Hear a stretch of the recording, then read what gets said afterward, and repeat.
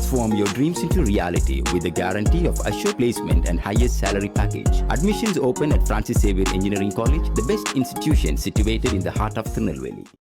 அனைத்து இந்திய அண்ணா திராவிட முன்னேற்ற கழகத்தினுடைய பொதுச் செயலாளர் எங்களுடைய தலைவர் எடப்பாடி பழனிசாமி சார்பாக முதலில் நீட் தேர்வு பற்றி சில கருத்துக்களை நாடாளுமன்றத்தில் வைத்தேன். அதை விவரமாக தமிழிலே உங்களை சொல்வதற்காக இப்பொழுது உங்களுடன் சந்தித்துக் கொண்டிருக்கிறேன். தேசிய தகுதி மற்றும் நுழைவுத் தேர்வு நீட் முதலில் 20/10/2010 ஆண்டு அறிவிக்கப்பட்ட போதும் 20/12/13 காலகட்டத்தில் இந்திய மருத்துவ கவுன்சில் அதை நடைமுறைப்படுத்த முயன்ற போதும் மத்தியில் இருந்த காங்கிரஸ் தலைமையிலான ஐக்கிய முற்போக்கு கூட்டணி UPA அரசாங்கம் அதனை எடுத்தது. அப்போது திராவிட முன்னேற்ற கழகம் அந்த கூட்டணியின் முக்கிய அங்கமாக இருந்தது. 2013 ஜூலை மாதம் உச்சநீதிமன்றம் முதன்முறையாக நீட்டை ரத்து செய்த தீர்ப்பளித்த சில நாட்களிலேயே தமிழகத்தின் முன்னாள் முதலமைச்சர் புரட்சித் தலைவி அம்மா அவர்கள் அன்றைய பிரதமர் டாக்டர் மன்மோகன் சிங் அவர்களுக்கு கடிதம் எழுதி தமிழ்நாட்டின் மருத்துவமான சேர்க்கை கொள்கையை மதிக்க வேண்டும் என்று வலியுறுத்தினார். அதோடு நிற்கவில்லை. பின்னர் உச்சநீதிமன்றத்தின் அரசியலமைப்பு அமர்வு நீட்டை மீண்டும் அமல்படுத்திய போது 2014 ஜூன் மற்றும் 2015 அக்டோபர் மாதங்களில் பிரதமர் நரேந்திர மோடி அவர்களுக்கு அம்மா அவர்கள் மீண்டும் கடிதம் எழுதி UPA அரசு தாக்கல் செய்த மறு ஆய்வு மனுவை திரும்ப பெற வேண்டும் என்று ரத்து செய்ய வேண்டும் என்று வலியுறுத்தினார். நீட்டை நீதிமன்றத்தில் உயிர்ப்புடன் வைத்திருந்த அந்த மறு ஆய்வு மனு காங்கிரஸ் தலைமையிலான UPA அரசால் தாக்கல் செய்யப்பட்டது. அதனை திரும்ப பெற வேண்டும் என்று வலியுறுத்தியவர் முன்னாள் முதலமைச்சர் அம்மா அவர்கள். மேலும் அதற்கு பல ஆண்டுகளுக்கு முன்பே தமிழகத்தில் மருத்துவக் கல்லூரி சேர்க்கைக்கான நுழைவுத் தேர்வு ரத்து செய்தது அனைத்து இந்திய அண்ணா திராவிட முன்னேற்ற கழகம். 12ஆம் வகுப்பு மதிப்பெண்கள் அடிப்படையில் வெளிப்படையான நியாயமான மாணவர் சேர்க்கையை முறையை கொண்டு வந்ததும் அனைத்து இந்திய அண்ணா திராவிட அரசு ஆகும். ஏனெனில் கிராமப்புற மாணவரும் நகர்ப்புற மாணவரும் சமமான வாய்ப்புகளுடன் போட்டியிட முடியாது என்பதை நாங்கள் புரிந்திருந்தோம். 2016க்கு பிறகே அரசியல் சூழ்நிலை மாறியதும் மக்கள் எதிர்ப்பு அதிகரித்ததும் மாணவர்கள் தற்கொலை தமிழகத்தில் மனசாட்சி உலுக்கியதும் பிற கட்சிகள் திராவிட முன்னேற்ற போன்ற கட்சிகள் இந்த கோரிக்கையில் இணைந்தன. நியாயமான ஒரு கோரிக்கையை தாமதத்திற்கு எந்த கட்சியும் குறை சொல்ல விரும்பவில்லை. 2016 ஜனவரி 31ஆம் தேதி அம்மா அரசு தமிழக சட்டமன்றத்தில் ஒருமனதாக ஒரு சட்ட முன்மொழிவை நிறைவேற்றி தமிழ்நாட்டிற்கு நீட்டிலிருந்து விலக்கு வழங்குமாறு மத்திய அரசு ஒப்புதலுக்கு அனுப்பியது. கொரோனா தொற்று பரவலுக்கு பிறகு 2020 ஜூலை 8ஆம் தேதி அம்மா அரசின் முதலமைச்சராக இருந்த திரு எடப்பாடி பழனிசாமி அவர்கள் மாண்புமிகு இந்திய பிரதமருக்கும் மத்திய சுகாதாரத்துறை அமைச்சருக்கும் கடிதம் எழுதி 2021 கல்வியாண்டிற்கான நீட்டுத் தேர்வை ரத்து செய்ய அவசர சட்டம் கொண்டு வருமாறு மருத்துவம் மற்றும் பல் மருத்துவ படிப்புகளுக்கு சேர்க்கையை 12ஆம் வகுப்பு மதிப்பெண்கள் அடிப்படையில் நடத்துமாறும் கோரினார். மேலும் இதற்காக இந்திய மருத்துவ கவுன்சில் சட்டம் 1956, பல் மருத்துவர்கள் சட்டம் 1948 மற்றும் தொடர்புடைய சட்டங்களில் தேவையான திருத்தங்களை மேற்கொள்ளுமாறும் கேட்டுக் கொண்டார். தமிழக அரசின் இந்த நிலைப்பாடு 2020 ஆகஸ்ட் 25ஆம் தேதி நடைபெற்ற மாநில சுகாதாரத்துறை செயலாளர்களின் காணொலி ஆலோசனை கூட்டத்திலும் எடப்பாடி பழனிசாமி தலைமையிலான அரசால் மீண்டும் வலியுறுத்தப்பட்டது. திரு எடப்பாடி பழனிசாமி அவர்கள் முதலமைச்சராக இருந்தபொழுது அரசு பள்ளிகளில் படிக்கின்ற மாணவர்களுக்கு மருத்துவ படிப்பில் சேர்வதற்காக 7% உள்ஒதுக்கீடு வழங்குமாறு வரலாற்று சிறப்புமிக்க சட்டம் தமிழக சட்டம் நிறைவேற்றப்பட்டது. கிராமப்புற மற்றும் ஏழை மாணவர்கள் மருத்துவ கல்வி கனவை நனவாக்கிய மிகப்பெரிய சமூக நீதி தீர்மானமாக அது அமைந்தது. 2017 முதல் 2011 வரை எடப்பாடி பழனிசாமி தலைமையில் ஆட்சியில் இருக்கும் பொழுது 23 மருத்துவக் கல்லூரிகள் துவங்கப்பட்டன. அதில் 11 மத்திய அரசின் உதவியுடன் நரேந்திர மோடியின் ஆதரவுடன் 11 மருத்துவக் கல்லூரி உருவாக்கப்பட்டது. 2020 கல்வியாண்டில் அரசு பள்ளிகள் படித்த சாதனை எண்ணிக்கை அப்பொழுது 437 இருந்தது. ஆனால் இந்த 7% மூலம் கொண்டு வருவதன் மூலமாக சுமார் ஆயிரக்கணக்கான மாணவர்கள் MBBS படிப்பதற்கு வாய்ப்புகள் கிடைத்தது.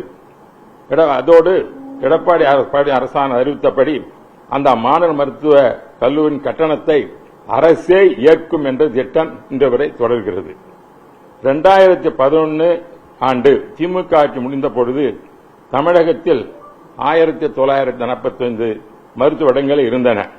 ஆனால் எடப்பாடி பழனிசாமி ஆட்சியிலே அது 5000க்கு மேலாக மருத்துவ படிப்பு கிடைப்பதற்கு எண்ணிக்கையில் உயர்த்தப்பட்டது. நமது முன்னாள்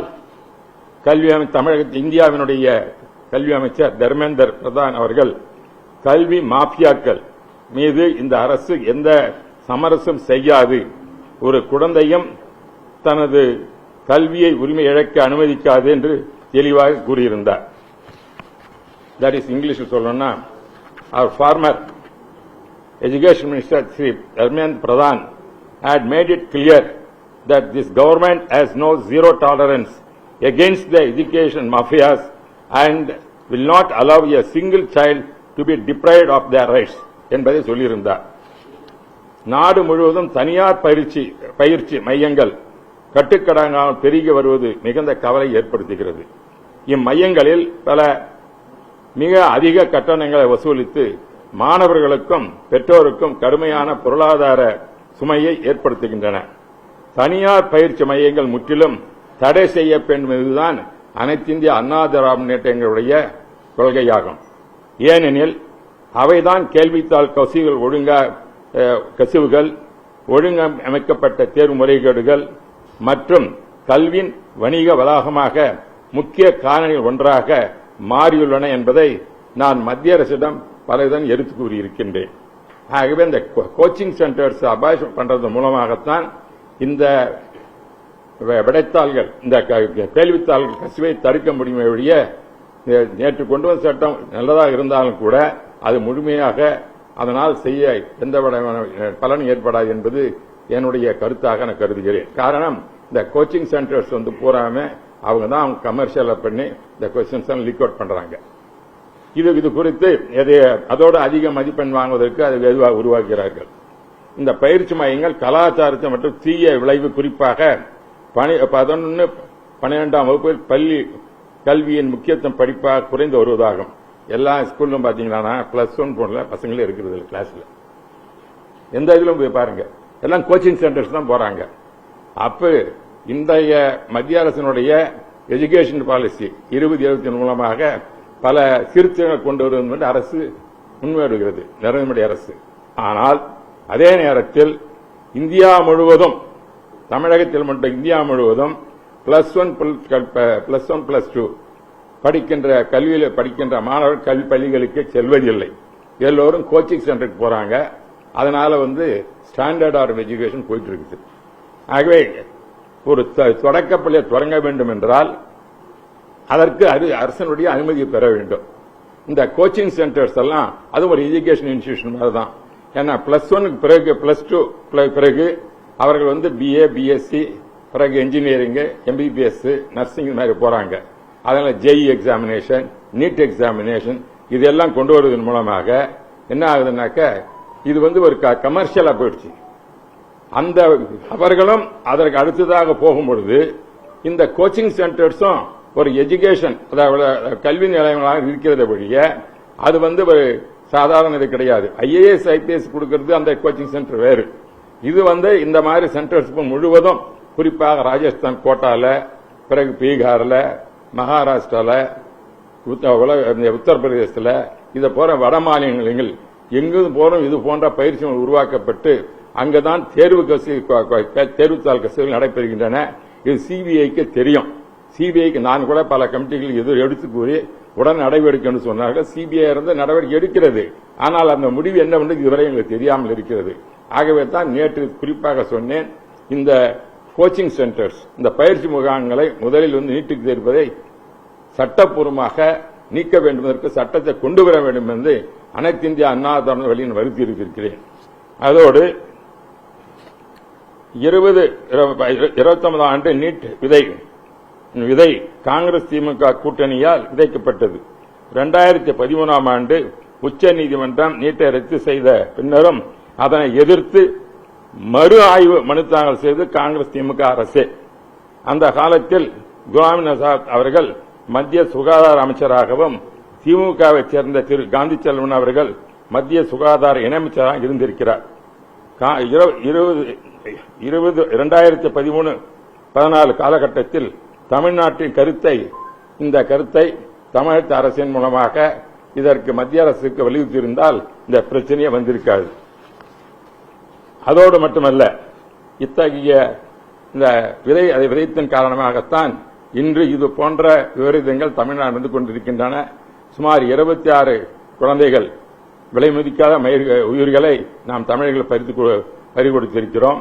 இந்தியாவில் மூலம் 107 பேர் இதை நீட் காரணமாக மாணவ மாணவிகள் தற்கொலை செய்து கொண்டிருக்கிறார்கள்.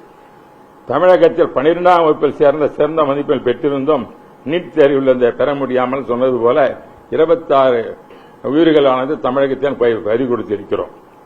திமுக தனது 2021 மற்றும் 2006 தமிழக சட்டமன்ற அறிக்கையிலும் 2024 மக்களவை தேர்தல் அறிக்கையிலும் தமிழ்நாட்டிற்கு நீதி விலக்கு அல்லது ரத்து செய்வதற்காக தொடர்ந்து வாக்குறுதி அளித்தது.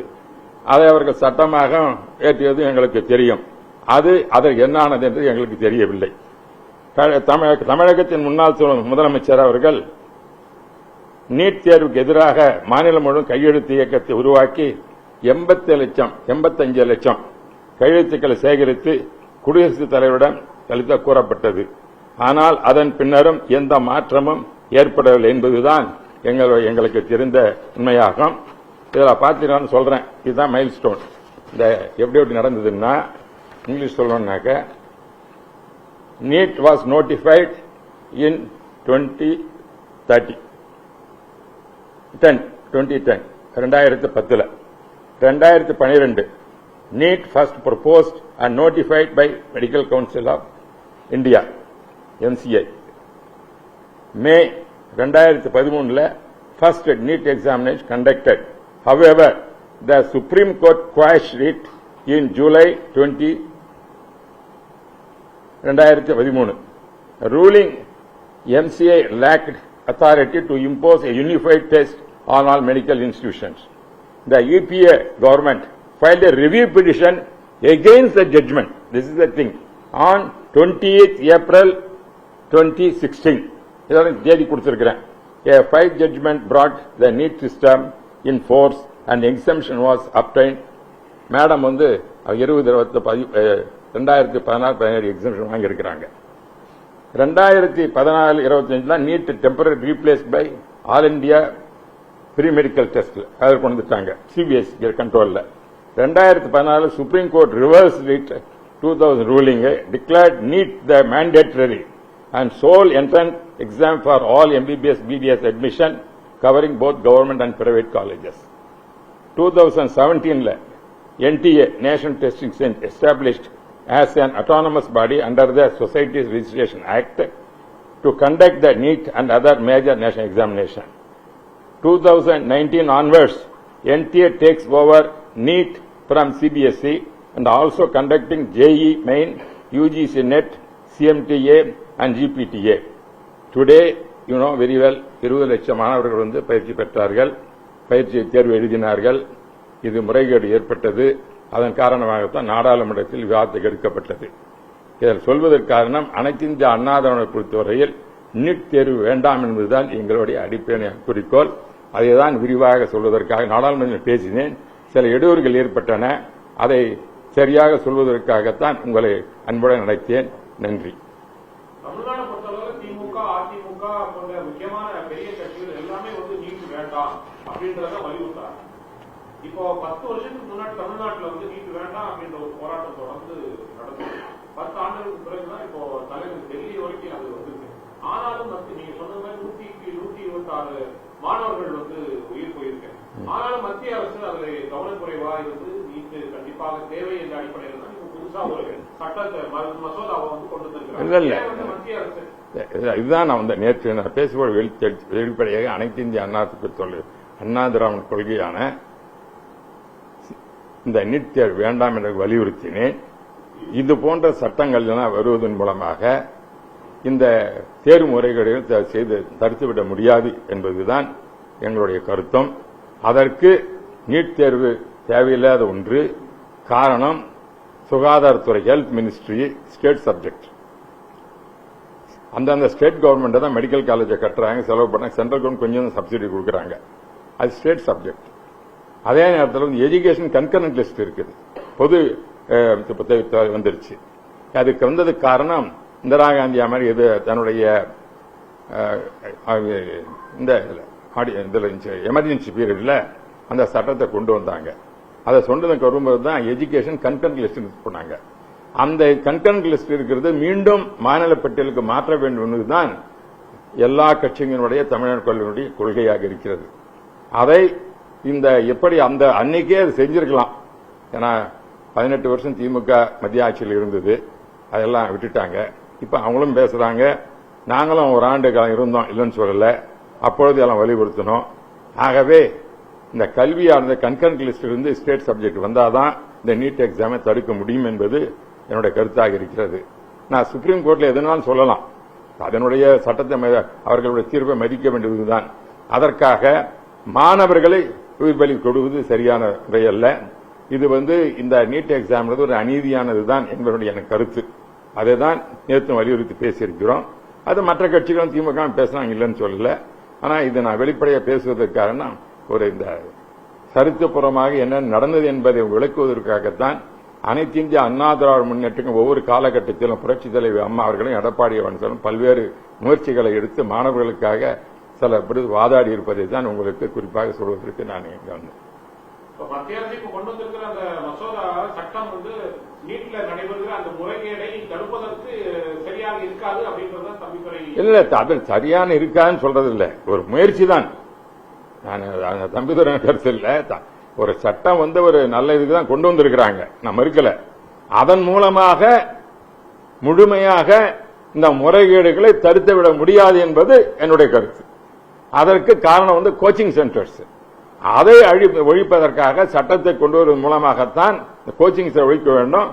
அதே ஒன்று +1 +2 படிக்கின்ற மாணவர்களுக்கு எவ்வாறு பொதுத் தேர்வை ஆல் இண்டியா எக்ஸாமினேஷன், அதாவது இந்தியா நாட்டின் வழியாக நடைபெறும் பொதுத் தேர்வுகளை படிப்பதற்கு சந்திப்பதற்கு அது வேண்டுமா வேண்டாம் ஒரு பக்கம் இருந்தாலும், இப்பொழுது காலகட்டத்தின் காரணமாக சிலர் செயல்பட்டுக் கொண்டிருப்பதன் காரணமாக மாணவர்களுக்கு நல்ல ஒரு பயிற்சி தருவதற்கு ஒவ்வொரு அரசு பள்ளியா இருந்தாலும் சரி, தனியார் பள்ளியா இருந்தாலும் சொல்லி இந்த +1 +2 அவருக்கு சரியான முறையில் ஒரு கோச்சிங் கொடுப்பதுதான் நல்லதாக இருக்கும்.